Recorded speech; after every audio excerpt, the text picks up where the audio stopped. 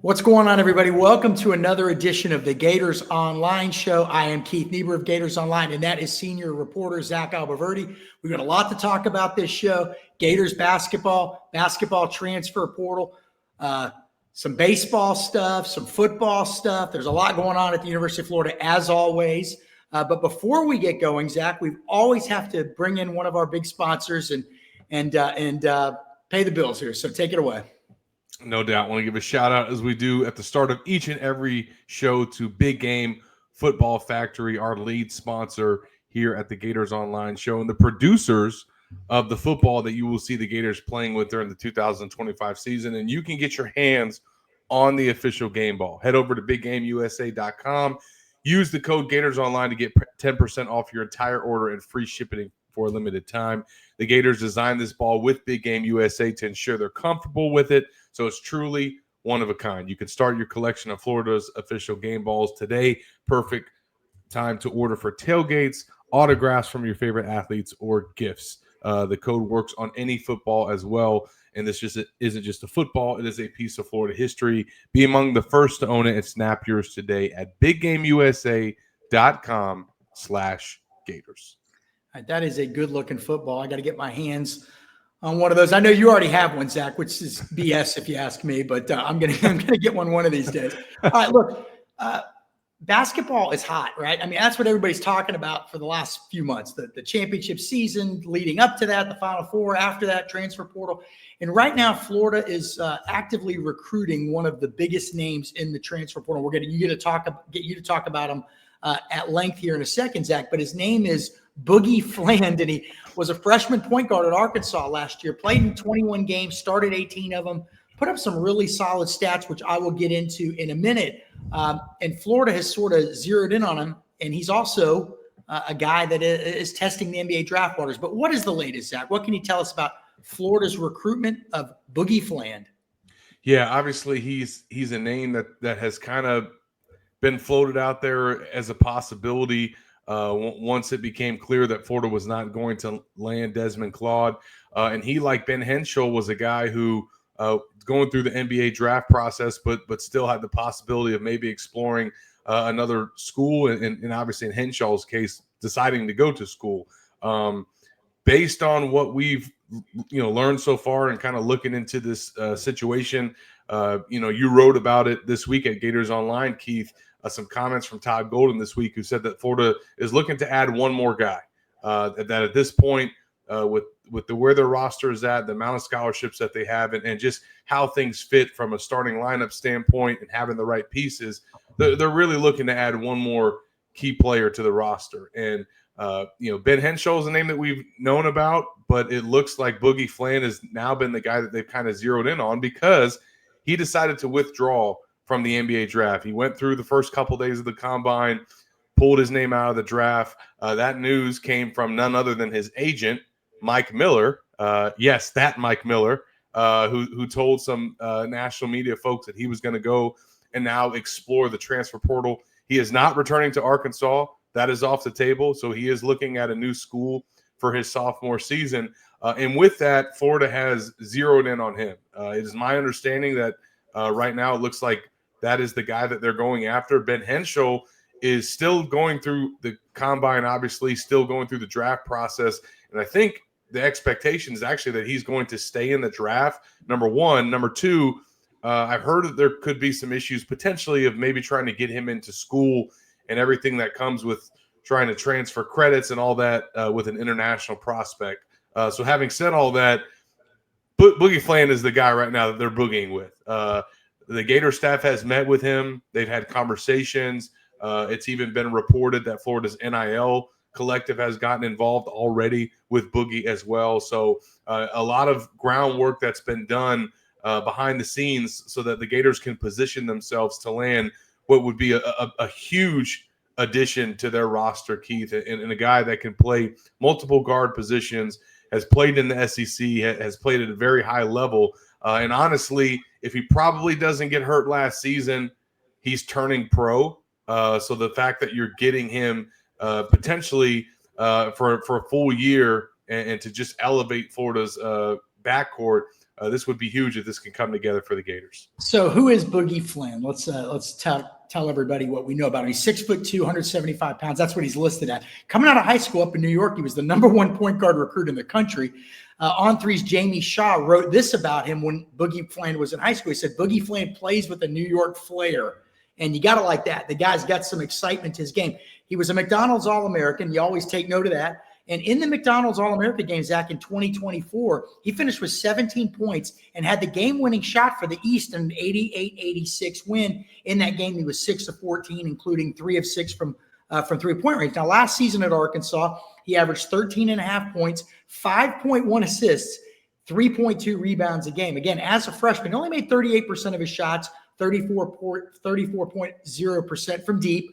Not great, but that's something that he can obviously improve on. But only averaged 1.4 turnovers a game. Again, 5.1 assists, 1.8 turnovers a game. That's pretty good. That means he's not careless with the ball. He's not reckless. You're getting into your offense every series. As you mentioned, Zach, and this is interesting, he did sustain a right thumb injury last season. Zach, you know who this was against. Did you mention it already? That's right. No, I didn't say who it was against. Familiar. Go ahead. A familiar school for you listeners out there. It actually got hurt against Florida. And looking at his season last year, he tried to play through it for a couple more games after sustaining that injury. Just could not do it. Ended up having to have surgery and didn't return, Keith, until NCAA tournament time. And so he was basically out from mid-January up until March. And obviously by that time had kind of worked his way out of the starting rotation. He played 24 minutes in that first round matchup that they had against Kansas where they beat them, and then played 20 minutes against St. John's. But then Boogie just played 9 minutes in their overtime loss to Texas Tech in the Sweet 16. There's a lot of talent that Arkansas has coming back in their backcourt, and just honestly a huge need for him at Florida and some other schools, which we'll get into maybe some of the competition that Florida's facing. But he's got an opportunity to come to Florida and have a monster impact, Keith. There's been so many good players come out of New York in my lifetime. And in fact, Florida's had some players out of New York. The great Ronnie Williams, the power forward in the early 80s, was a New York native. So here's what Yahoo says about him, Zach, just so people know what Florida could be getting, let's say. This is his Yahoo NBA draft scouting report. So he's fast, shifty, explosive, plays with pace, feel, and fluidity, shooting versatility. He made 47.6% of his catch and shoot three-pointers last year. That's pretty good, with a large chunk of them coming off of movement. Doesn't shoot particularly well off the dribble yet and made just 25% of them. High-touch player from the line and on floaters. Playmaking. So they say he has a great feel navigating ball screens and locating the open man. Defense, he's a pest. That's what you want out of a guard, right? Even though he's a little bit smaller. I mean, 6'2" is not small, but 175 pounds is.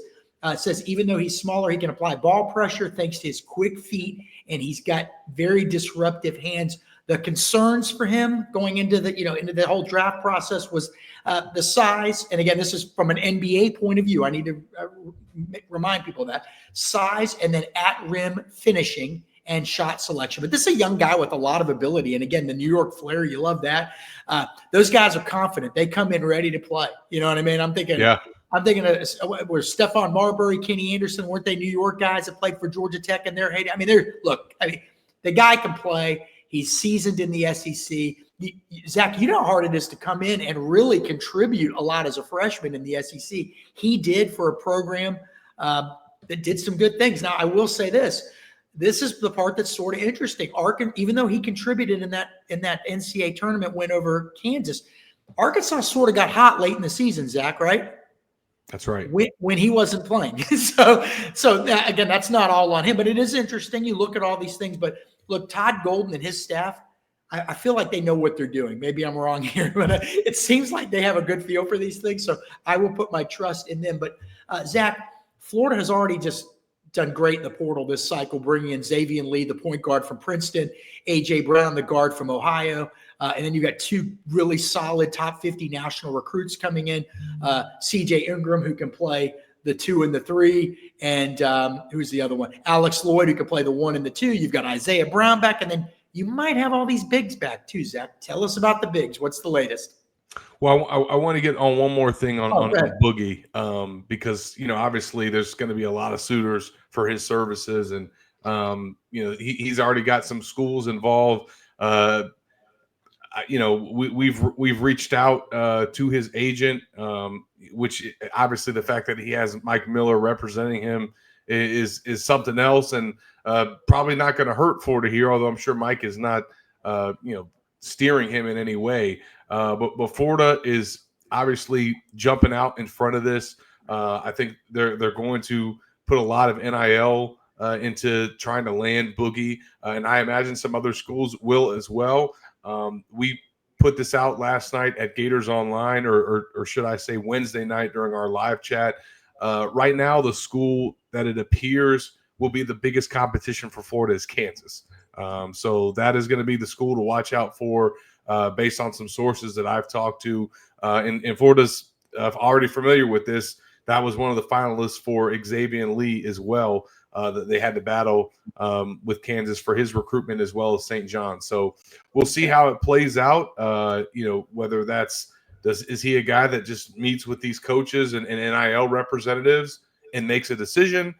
Does he take some visits first? That's kind of the next thing that we're waiting to see what's the next step in his process. But he is certainly the name for all Florida fans to monitor and watch moving forward, and we will stay on top of it at Gators Online as well. Yeah, it would just be so huge if Florida could land. Man, I mean, now you're talking about a legitimate contender, Keith. Yeah, amazing. Yeah. To lose what Florida lost, top 4 out of the backcourt, to lose that and potentially have a lineup that could compete for big things next year is pretty dang impressive. But again, Zach, a lot of that's also going to depend on, like we said just a minute ago, who's coming back in the front court. What's the latest there on those guys that you can tell us? Yeah, obviously a big week for a handful of Florida players and a few former Florida players that are going through the NBA Combine this week. And then for some of those Gators, they went through the G League camp as well. It was a little surprise, honestly, to not see Will Richard, get an invite to the NBA Combine and then get an invite after the way he performed in the G League Elite Camp, which was pretty well based on the results. But it was him and Ruben Chinyelu that went through the G League Elite Camp, which is this all takes place in Chicago over the course of a week. The best standout performers from the G League Elite Camp then get invited to the Combine. So folks that remember last year, that was Walter Clayton Jr. and Zion Pullen that were in that category trying to get an invite to the Combine. Neither of them got it. And that factored into Walter Clayton deciding to come back for a senior season. So this year in the Combine, you've got Clayton going through it along with Elijah Martin and Alex Condon, who this is a very big Combine for him. This is probably going to determine what he ends up doing in terms of his decision. He, along with Chinyelu, have both declared for the draft as sophomores while maintaining their college eligibility. Both have said, hey, if we come back to school, we're coming back to Florida. And that's kind of what we're looking for, along with to see where Walt and Elijah and Will Richard end up. I think, based on some of the mock projections, it looks like Walter Clayton is a pretty solidified first-round pick, and we can talk about how he performed in the shooting drills in Chicago. Elijah Martin is a guy that started to get some mock projections in the second round. And I want to say even this week I saw Will Richard got a projection for a second-round pick. So would like to see that trio hear their name called and get a chance to play at the next level, because I think each guy has shown that they're deserving, and certainly Walt has got a chance to be special at the next level. And then for Condon, this is a big week for him. He did not go through the scrimmages on Wednesday, which was, or either Wednesday or Tuesday, I forget which day that happened, but he took part in the shooting drills, but he did not go through the scrimmages. He's obviously meeting with teams, getting measured, going through, the different tests and stuff that they have for the players. And his projections vary. Most of them have him as a second-round pick. He's got a couple late first-round projections, but he came out this week and spoke about where he stood. Now, he said going into the draft, and we wrote this at Gators Online, that he was going in, Keith, with the mindset that he was going to stay in the draft. That was how he was approaching the combine and going into it. And he said, hey, that's how you got to treat it. You know, if you don't go into it with a different mindset, you're not going to get the results you want. So he's attacked it with the expectation that he would be able to perform well enough to raise his stock and go in the first round. Whether that happens or not remains to be seen. I think just reading in between the lines and based on his comments, it seems like he's leaning towards coming back to school, and he would just have to get an assurance from one of these teams that just love him and say, hey, we are going to take you in the first round. That is going to be our pick. It's guaranteed. And if he doesn't get that in a higher enough pick that would put him in the salary range that he hopes to be, I think he's going to come back to school. Todd Golden appeared on ESPN2 this week and made some comments that suggested certainly that's one, kind of his expectation, but two, kind of his push toward Alex. He didn't shy away from the fact, Keith, that he's kind of telling Alex, hey, man, you're getting these second-round projections, maybe some late first rounds, but you can come back and then next year be a lottery pick if you take your game to the next level as a junior. So Todd is making that pitch to him. Maybe he's reminding him of that after each day at the NBA Combine. But he's the big name we're waiting on. I will say that with Chinyelu not getting an invite to the Combine, I mean, I would think that all but determines that he's going to come back to school. But we'll have to wait and see what happens in the next coming days, Keith. Chinyelu reminds me, he's kind of a modern-day Eugene McDowell, the power forward with the perfect power forward frame in the 1980s that played for Florida. And Eugene could score 15, 16 points a game at the college level, 8, 9 rebounds a game, physical presence, muscular, just like Chinyelu. You know, you don't realize how muscular he is until you really look at his photos, Ruben. You know what I mean? Yeah. He's chiseled. But Eugene was, I believe, a second or third round pick and didn't quite have the offensive game to make it in the NBA and ended up having a very good career in Europe. And tragically, he died young. I think he had a heart attack in Florida, but outstanding player. Chinyelu to me is him all over again. He's just got to continue to work on that offensive game, Zach. I mean, Zach, you follow the NBA as much as anybody I know, and I love the NBA too. Would you agree that another year could really do him wonders? And then we'll talk about Walter Clayton in a second. But Chinyelu seems to have the defensive ability, the leaping ability, just continued work and forward progression on his offensive game, to me, is kind of the next step for him. What do you think? Agreed. And he spoke to that.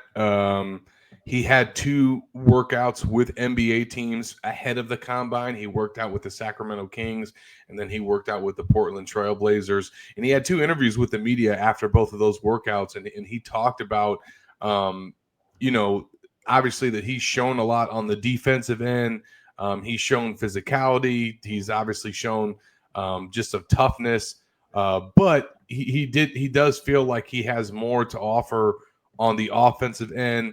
I think he recognizes that he hasn't shown that, but he definitely feels like he's capable of it, and it is something that I think should he come back for his junior year, is going to be something that he wants to maybe showcase a little bit more. He believes that he can shoot the ball when given the opportunity, and obviously last year, Keith, they didn't need him to be an offensive scorer. That's right. And an offensive weapon. I mean, for him to go in there and really kind of be the presence in the paint and get rebounds and box guys out, that's what they needed. I will also say, too, that I think that while we'll see more offensive game from Chinyelu potentially, we're definitely and should definitely see it from Condon.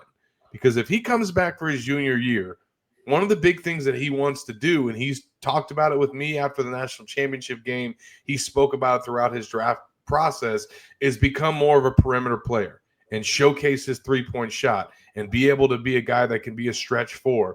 I think it's important to note, Keith, as we talk about Florida's roster rebuild, we talk about them reloading their backcourt, all that they lost on the offensive end and the scoring production that those guards had. One thing that maybe we're not accounting for is the amount of scoring that Florida's bigs we could see them increase next season.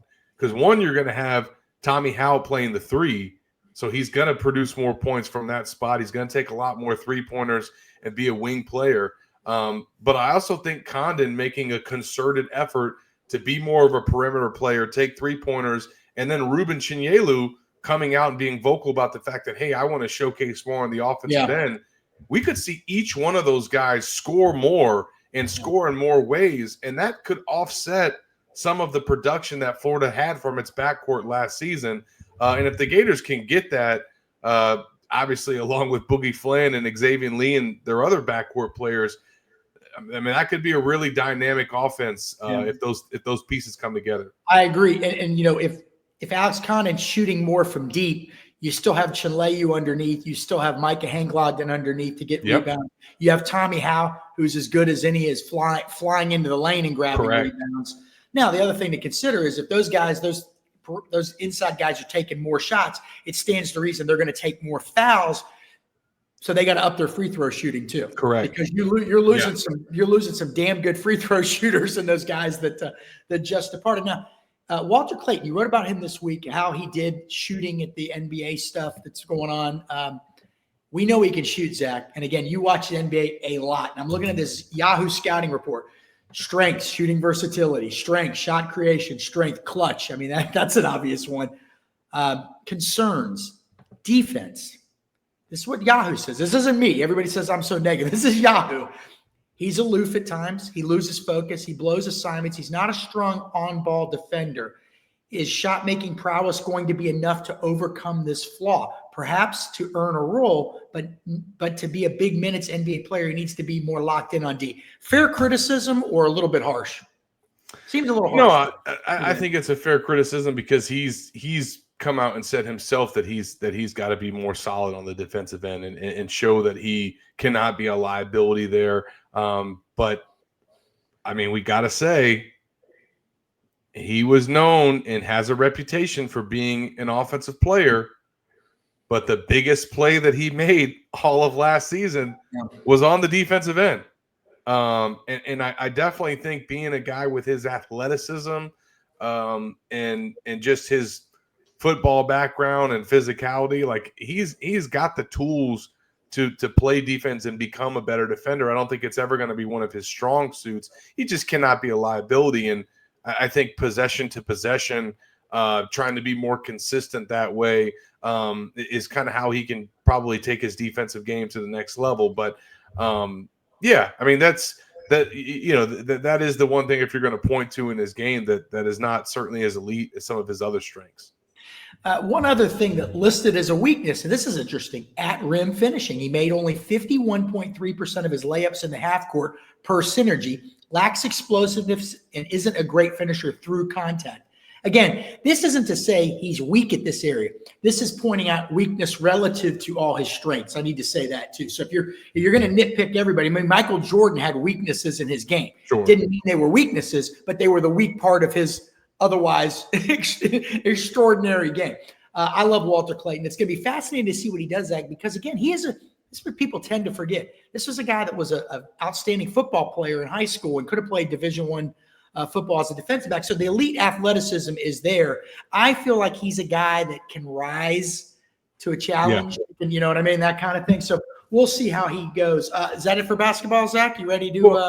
I'll mention some of these numbers that he got. He did participate in these shooting drills, and he stood out. His best drill was the spot up shooting drill. He knocked down 20 of 25 attempts, which was tied with three other players for the most made at the NBA Combine.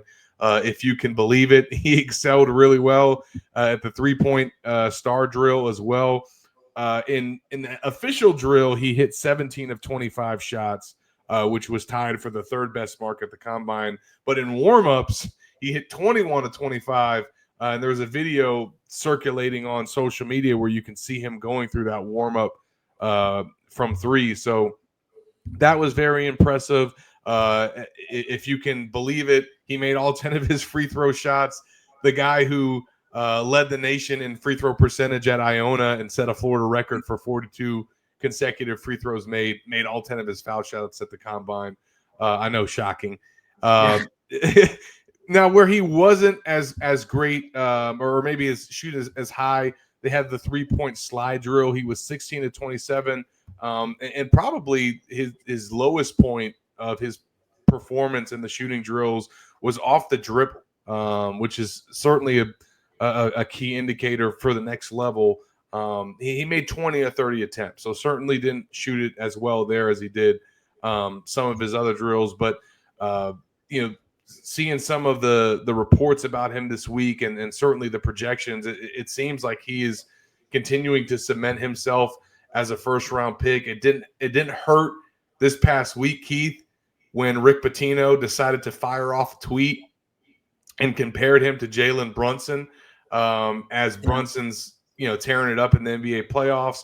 Now, Rick Pitino is saying that as he's sitting in Madison Square Garden watching Jalen Brunson do this. Yeah. And that tweet, that post that he sent out got a lot of traction.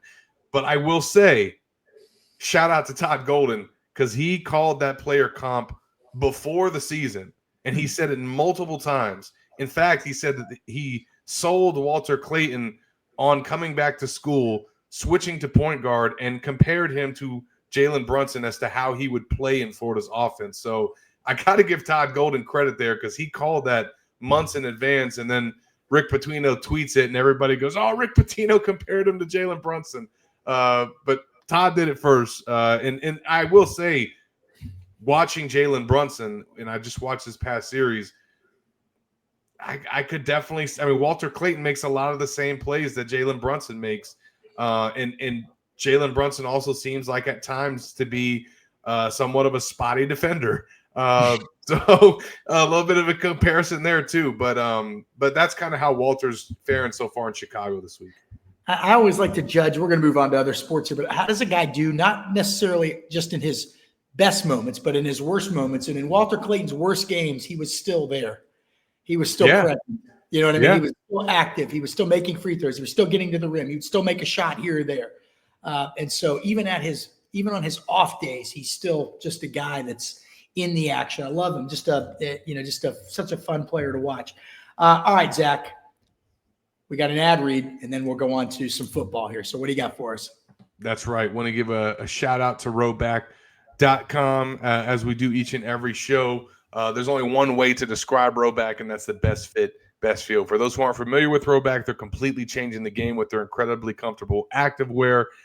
They have released so many items with their newly licensed game day collection, and it's fantastic. Novel polo designs and clean hoodie and Q-zip designs from some of your favorite schools, including the Florida Gators. Nobody else on the market is pairing these level of custom designs with this quality of activewear. Rhoback has also been proudly leading the NIL charge, having signed partnerships with multiple college athletes, past and present, and are becoming the go-to brand for college athletes across the country. Rhoback.com for a generous 20% off all new customers. That's spelled RHOBACK.com. 20% off all performance polos, shorts, and more with the code Gators20. And I'm going to spare everybody the photo of me wearing the Rhoback pullover today because we've got so much to talk about. Next week, folks. Next week. Right, next week. Today at On 3, Clark Brooks, actually was written by Thomas Goldcamp, who, as everybody knows, or a lot of you know, covered the Gators once. Shout out to TG. That's right. Clark Brooks, he was is the one who put it out, and it's being a list of On 3's top 100 players in college football for the 2025 season. 6 Gators made the list, Zach, and I'm looking at myself here, and I see the sunlight's coming through. I got to fix that. But DJ Lagway, of course, number 12 player in college football for 2025. And here are the other 5 Gators who made it. Number 29, pretty good for a center, Jake Slaughter, consensus All-American last year, first team consensus All-American. Number 53, defensive tackle Caleb Banks. Number 69, this is a good sign, Austin Barber, your left tackle. Number 75, your strong side edge, Tyreek Sapp. And number 81, wide receiver Eugene Wilson, took a red shirt last year, had 19 catches, got hurt, coming back full speed this year. But 6 guys, again, DJ Lagway, Jake Slaughter, Caleb Banks, Austin Barber, Tyreek Sapp, and Eugene Wilson. And quickly, Zach, I'm going to just say who are the top 10 players in the country so people can have something to compare it to. Jeremiah Smith, the receiver, at number 1. Edge Dylan Stewart of South Carolina, number 2. Safety Caleb Downs of Ohio State, number 3. Edge Colin Simmons of Texas, 4. Number 5 is Arizona State's terrific quarterback Sam Leavitt. Number 6, Ryan Williams, the talented receiver at Alabama. Number 7, the cornerback Leonard Moore of Notre Dame. Number 8, another SEC quarterback, Lenore Sellers of South Carolina. Number 9, Texas linebacker Anthony Hill. And number 10, Arch Manning of Texas, and that's the one that sort of got people talking on our board. How could anybody rank him above DJ Lagway based on what they've done so far? But what do you think of those rankings, Zach? Any thoughts on that? Yeah, I mean, first of all, I think pretty spot on from On3 to have 6 players in the top 100, because you look at some of the other preseason projections or kind of takes on rosters and personnel from some of the outlets like PFF, which we'll get into, in ESPN. This is kind of about how they see Florida's top players kind of stacking up nationally. And to be honest, I mean, this is what you want. You want to have a marquee quarterback that is viewed as one of the best in the country. You want to have players along both lines of scrimmage that are veterans, that are guys that are going to be able to kind of anchor both of those lines of scrimmage. And Florida's got multiple guys in that. And so that's great. And then obviously you want to have playmakers as well. And Florida's got that in Eugene Wilson. And On3 is not the only publication that is very, very high on Eugene Wilson, who, by the way, side note, we have been writing at Gators Online, I want to say dating back to right before spring camp, when we were putting out some of the insider stuff we were hearing from off-season workouts. We reported that Eugene Wilson was getting big and that he was recovering well, coming off surgery, and that he had put in a ton of work in the weight room. And I wrote about it a couple times, but then I went out on Logo Talk with Silk, and he started to bash Eugene a little bit while I was on there with him, and I gave him a little timeout. I said, "Hold on now, Eugene is having a big time off season." And on that appearance on Logo Talk, I said to him, "Hey, this guy has made Percy Harvin-like gains this offseason. Now that's in the weight room."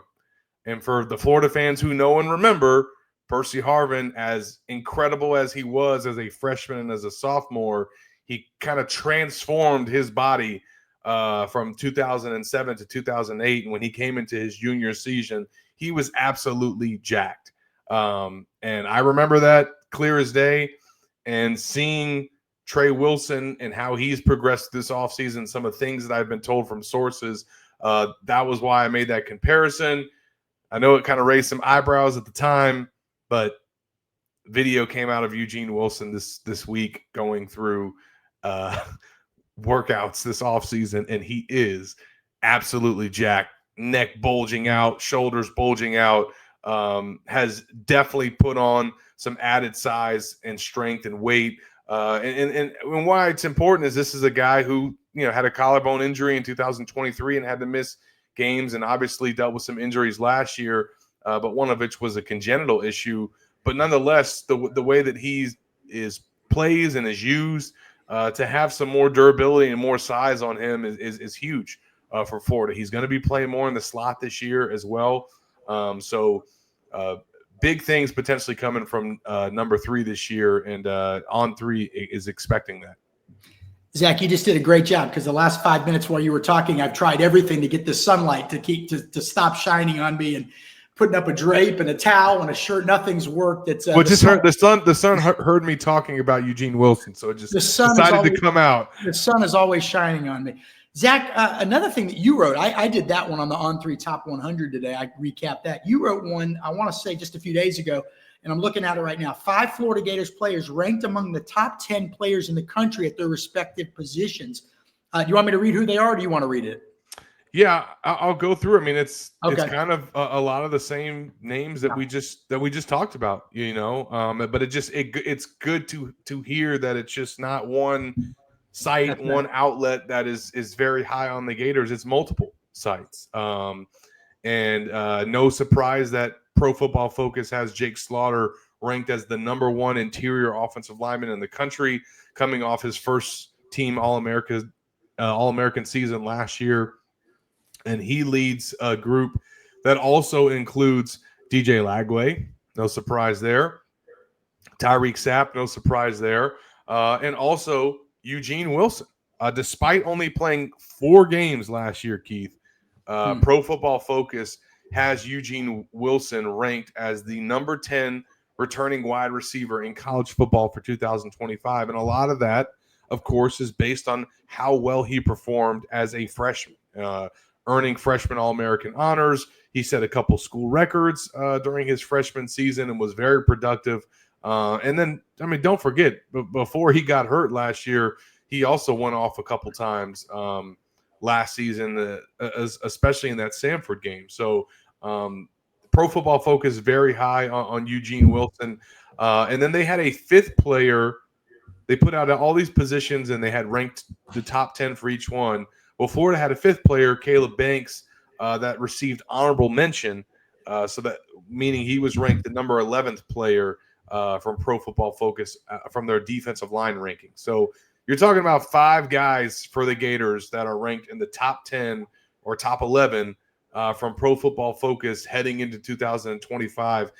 I mean, I don't know the last time Florida had this many players receiving that kind of national recognition going into a season. I mean, you're talking about a handful of guys, and maybe you can make an argument for another one here or there, but I like every single one of those picks.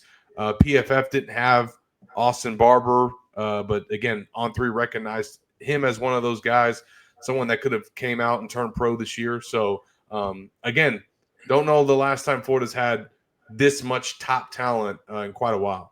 Well, that was one thing I was going to ask you. If you could pick one guy or 2 guys, J. Michael Sturdivant. I mean, is there anybody out on that team that you think, yeah, I probably would have put them in the top 10? Or is that too hard to say from our point of view because we don't get to see the wide spectrum of you and I don't get to watch every single team and evaluate every single player like these people do. We're in the Florida bubble.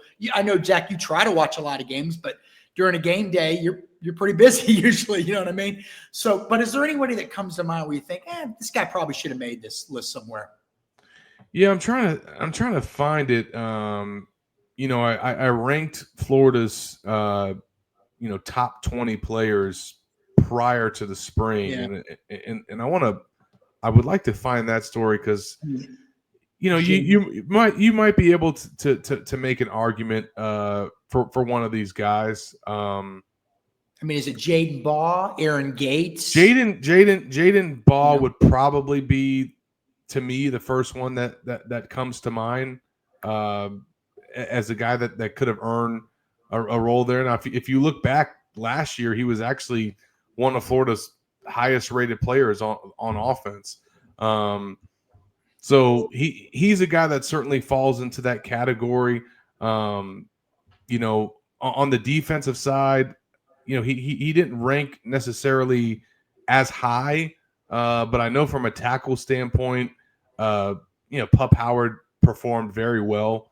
But yeah, those would be kind of the 2. Here were my rankings, Keith, for my top 10 players for the Gators for 25. I had DJ Lagway number 1, Jake Slaughter number 2, Tyreek Sapp number 3, Caleb Banks number 4, Jaden Baugh number 5, Eugene Wilson number 6, Pup Howard number 7, and Aaron Gates number 8. So you just named the 3 guys we just named the 3 guys that I probably would have put in that conversation. Obviously, you can't really put Gates there.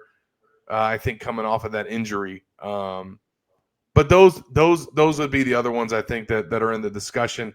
But if you had to put anybody, I would say Jaden Baugh. Okay. Anybody else we want to talk about football? Are you ready to move on to another sport? I always tend to move on, and then you got to slow down, dummy. And so anything else we want to talk about football related today? No, I think the only, I mentioned, that ESPN has been coming out, with a lot of content this past week, just kind of assessing the Florida roster, assessing the Florida program and its off season, and just kind of where they stack up nationally. I thought it was interesting, looking at where they ranked Florida's incoming class in terms of impact players. Obviously, the Gators signed a top 10 class in the 2025 cycle, 27 prospects from the high school ranks, which make up, where they're ranked in the rankings. And then they got a half dozen transfers as well. Well, ESPN ranked the top 25 groups based on the impact that they think some transfers and recruits are going to make immediately in 2025. So the Gators had a top, 10 class, which again doesn't include transfers.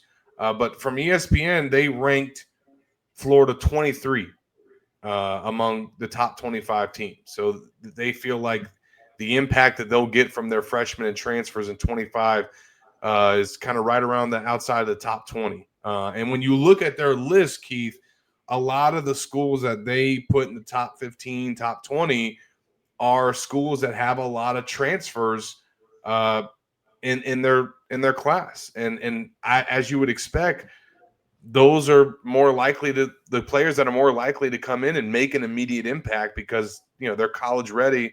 And there's usually a need there if they're coming in as a portal player. So as we all know, and we've talked about on this show and wrote about on Gators Online, the Gators don't have a portal heavy class this cycle.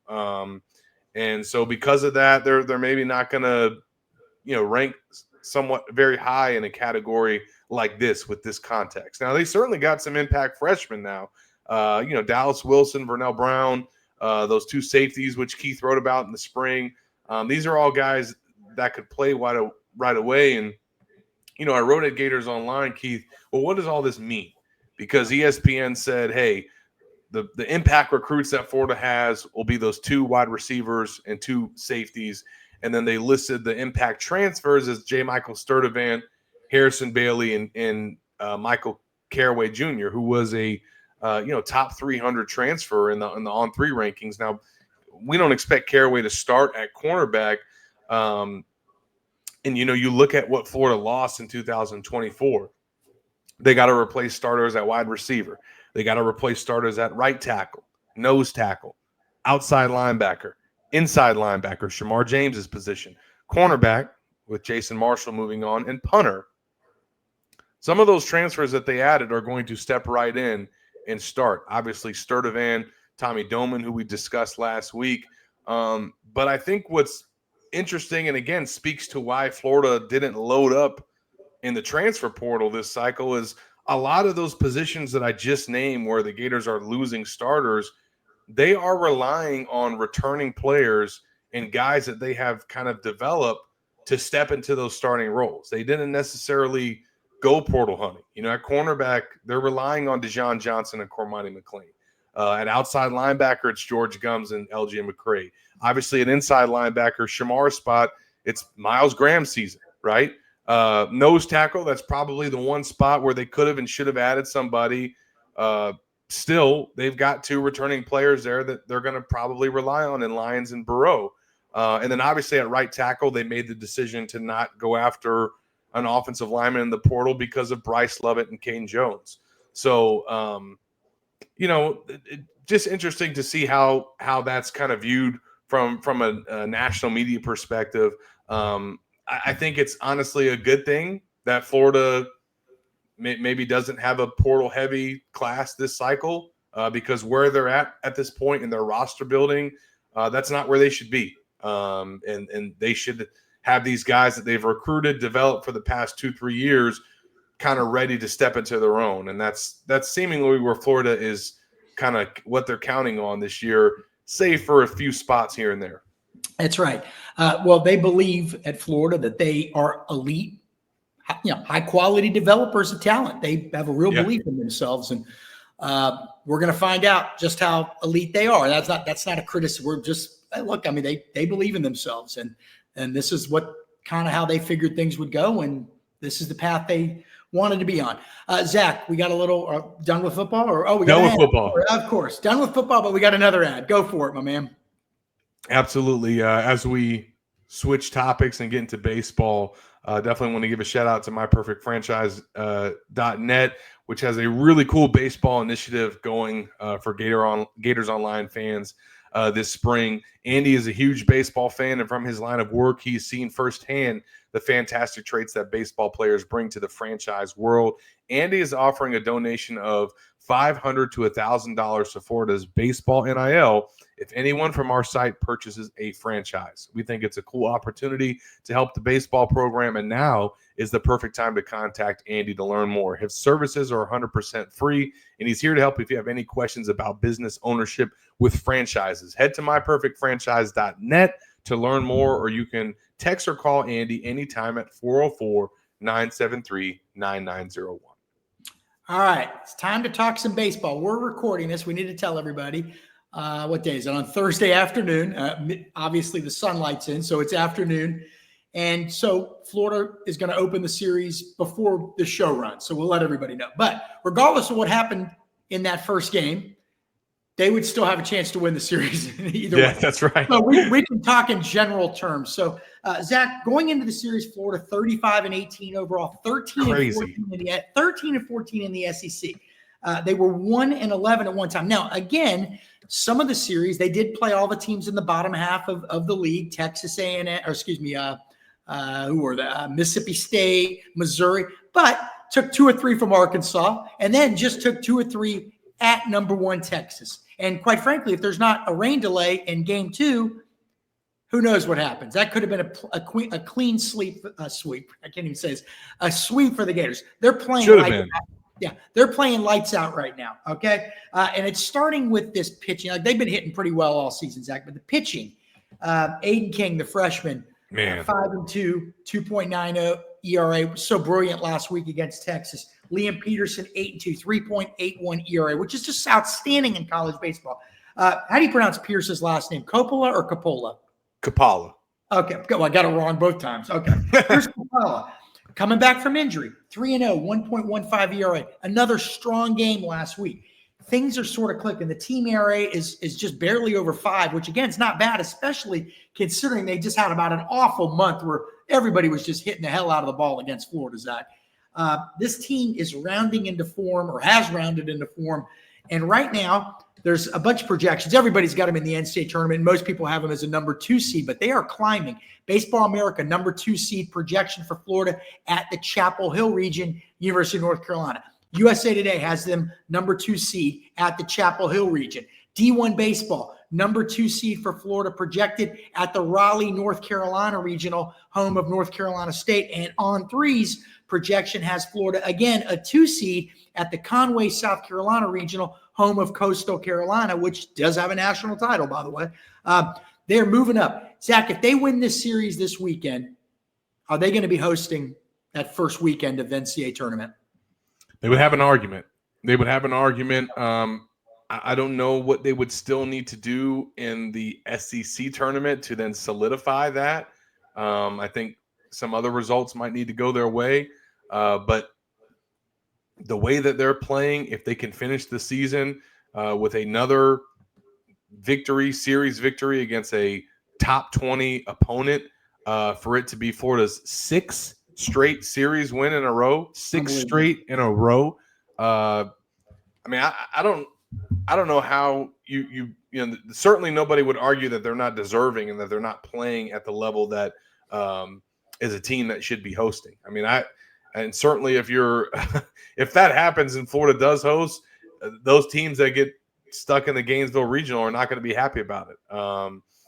I still am just very impressed by the way that they've turned it around. I know that Kevin O'Sullivan has said in recent weeks that they maintain that their confidence, that they always believed that it was going to happen. But I still remember when he was, kind of going off in those post-game press conferences and railing on his pitching, railing on his players' effort, going off on umps in the first inning of games. I mean, it was not looking good for the Gators, and they really have just completely turned a corner. They found their confidence. You're right, Keith. That if that rain delay doesn't happen, I think they sweep Texas. And just to see the level that they're playing at, how they've adjusted to once again their pitching rotation getting thrown off the past couple of weeks, which honestly, I think it kind of worked out for them the way that it played out with Pierce getting the start on Friday, which hadn't happened in a while. and then the Gators getting off to such a good start in that first game, being able to go with Liam in the second game, and then Aiden King, he did so well in that Sunday series clincher that Kevin O'Sullivan is once again going to start him in the final series of this series on Saturday against Alabama. So really good stuff from Florida's pitching staff. But to your question originally, Keith, yes. To me, I think that they obviously have to take this series. If they sweep Alabama, I think that almost puts them I don't want to say guarantee, but now it's a real conversation. If you look at the RPI, and it's not the end all be all, but if you look at the RPI, Florida's 13th. Coastal Carolina, one of the places that people have them projected to go, is 12th, one spot ahead. North Carolina, a place where we're seeing a lot of projections for Florida, is 2 spots ahead. NC State, which, again, one of the projections had Florida going to Raleigh to play in an NC State regional, they're only 25th in the RPI. So, obviously, to me, Florida's got to be in that conversation. I think it would be as good as the SEC is. It's still, if they have a losing record in conference play, that would be hard to give somebody a host. Correct. But 500, 16 and 14, again, they very well, by the time we record this, they could have potentially lost the night before. But if they win the series, that gets them 500 or better in the SEC. And I think you can make a compelling argument, but this team's back has essentially been against the wall, Zach, since they were 1-11 in the SEC. I'm not sure going away for a regional. Look, we all want to be at home. We all want to be at home to see them at home. I like going to the games. You like going to the games. My sister's got season tickets. She's at every game. But they've been living uncomfortably for a couple months now, and they've been kicking ass. Can I say that? They've been kicking tail. And maybe that's the way this team needs to live. I don't know. I don't know what the answer is, but what they've done has been so impressive. And they've always hit the ball throughout the season. That really wasn't an issue, correct, Zach? It was getting guys healthy and all that. And I will say, I mean, it's just, you think you've seen it all with Kevin O'Sullivan, and he's had these different stretches during his tenure where Florida's had some seasons that maybe haven't been up to par, and this is the first time that I've ever seen a turnaround like this under his watch. Even at this point in his career and at this stage in his time at Florida, he's still finding new challenges at UF and new things to go through with his teams. I can imagine that regardless of what happens moving forward, this has probably been a really rewarding season for him and his staff. They've been to the mountaintop. They've won SEC tournaments and obviously been to Omaha, and they've won it all once before. This is kind of a different challenge, different terrain that they've had to navigate through this year. And to be able to come out on the other side of it in this position, it just once again speaks to how elite of a coach Kevin O'Sullivan is, how well that he has recruited, and that these players and this roster that he assembled, it was always there. The talent and the ability was always there, even when they were 1-11 and it looked like they were done. There's sometimes a lot of times you get to these baseball seasons and you kind of seen this story before, and how things need to play out. This is unlike any story that we've ever seen, and it's just been cool to watch unfold. Zach, I had people that are baseball experts, they say. No, none of us are. Look, tell me that they were done. They were done. They were not making an NCAA regional. It was done. We had people on our message board. We love making fun of our readers. They're the best. Believe me, we love them. We love them all. But it's funny because you and I can't jump off ledges. We have to sort of be calm. Even when we want to jump off ledges, Zach, we can't. But there were people jumping off ledges. There were people, hey, I'll see you guys next season. I'm out. Check, please. Yeah. And what's happened has been remarkable. Regardless of what happens from here out, it's been remarkable. But they're a dangerous team. Zach, I got a question for you. Would you rather be a 2 seed going to Gainesville that first weekend, or would you rather be a 1 seed? UF is the hosting, 2 seed coming to your place, the hottest team in the country coming to your place. Okay. Who would you rather? I guess if you're in that scenario, you probably would still rather host. Yeah. Than to get the Gators coming to your ballpark. But yeah, because like I just said, I think any team that gets matched up against Florida in a Gainesville regional has got to be coming in there like, man, we got the worst draw of the tournament. Zach, it was a few weeks ago we thought, did they have any pitching at all? And now we're looking at this lineup. And if you think about it, if now Pierce has to keep this up, right? He's just getting back from injury. Correct. But the potential is there to have 3 legit starters. There aren't many teams that have that. They couldn't. I remember tracking that Georgia game a couple months ago. Every time I checked the stat tracker, 2 more guys for Georgia had hit 480 feet. I mean, yeah, you know what I mean? That was a tough series. And now you're talking about potentially having, I feel like I'm yelling here, but potentially having 3 guys with the capability of being your G1 starter on a weekend series, right? So you go into a 4-team regional. Now, in the old 6-team regional, anything could happen. But these 4-team regionals, you got 3 guys, they go out and give you 5-6 decent innings. And that may be all you need. But this pitching staff, and you got Clemente coming in. Yeah, Clemente's been clutch, man. Yeah, I mean, they're a dangerous team. Who's one guy on this team, Zach? Last question about baseball. We'll let everybody out here. Who's one guy that is not getting much attention that probably should be? Anybody come to mind? Yeah, that's a good question. I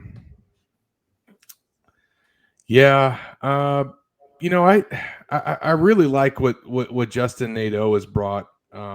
Okay. He's made some clutch plays. He's batting at the end of that lineup. Obviously, a lot of guys ahead of him in the order that get a lot of praise and recognition. But Justin Nadeau he's made some timely plays for the Gators. And like I said, I mean, I can name a few, but he's probably maybe one that doesn't get as much praise as some of the others. Okay, I'm looking at the last thing. I'm looking at the college RPI.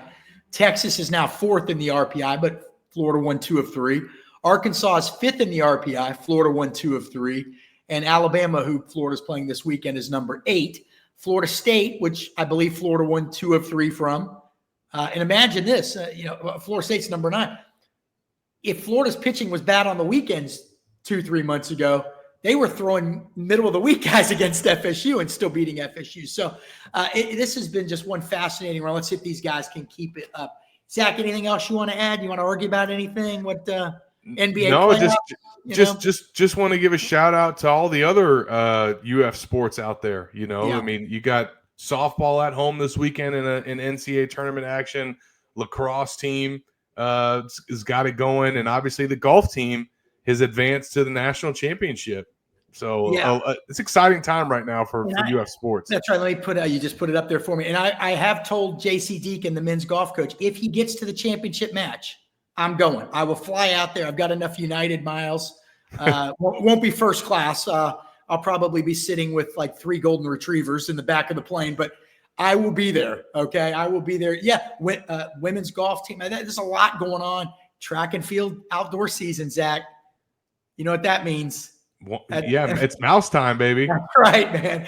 You never count that guy out. So, it just feels like, and you and I both noticed this at the spring game, just the vibe outside the stadium and in the stadium, what the basketball team did for the school, for the fans, for the athletic program as a whole. It just seems like, it just seems like, what was that old saying that I think one of the presidents, Ronald Reagan, used to say, it's morning in America? Doesn't it feel like it's morning in Gainesville again right now? It just feels like something's cooking. Do you know what I mean? Yeah. Maybe I'm wrong, but that's what it feels like. There's a real energy around Gainesville these days.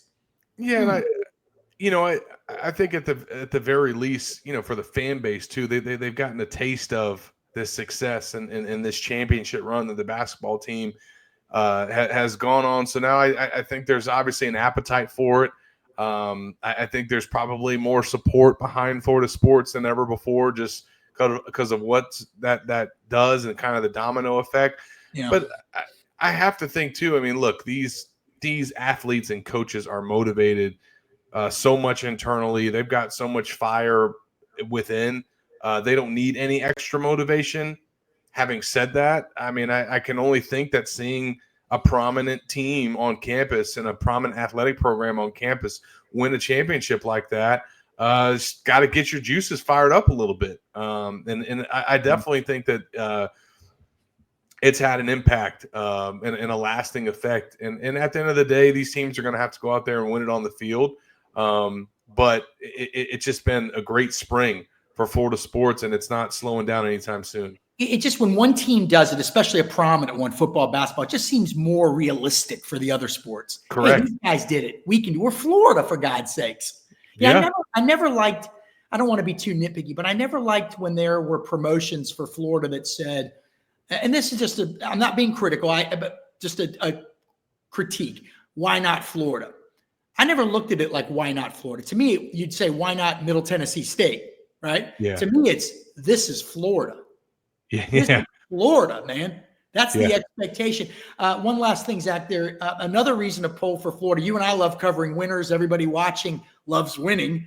But there's nothing better, nothing more entertaining on this planet than a cocky Gator fan base. It's the best. I need this in my life, man. You know what I mean? Yeah.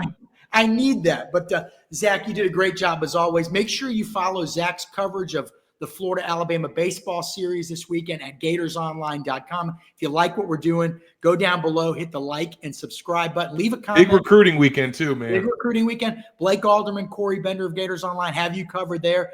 But hit the like button, hit the subscribe button, leave a comment. Go to GatorsOnline.com right now. Check out all the good work.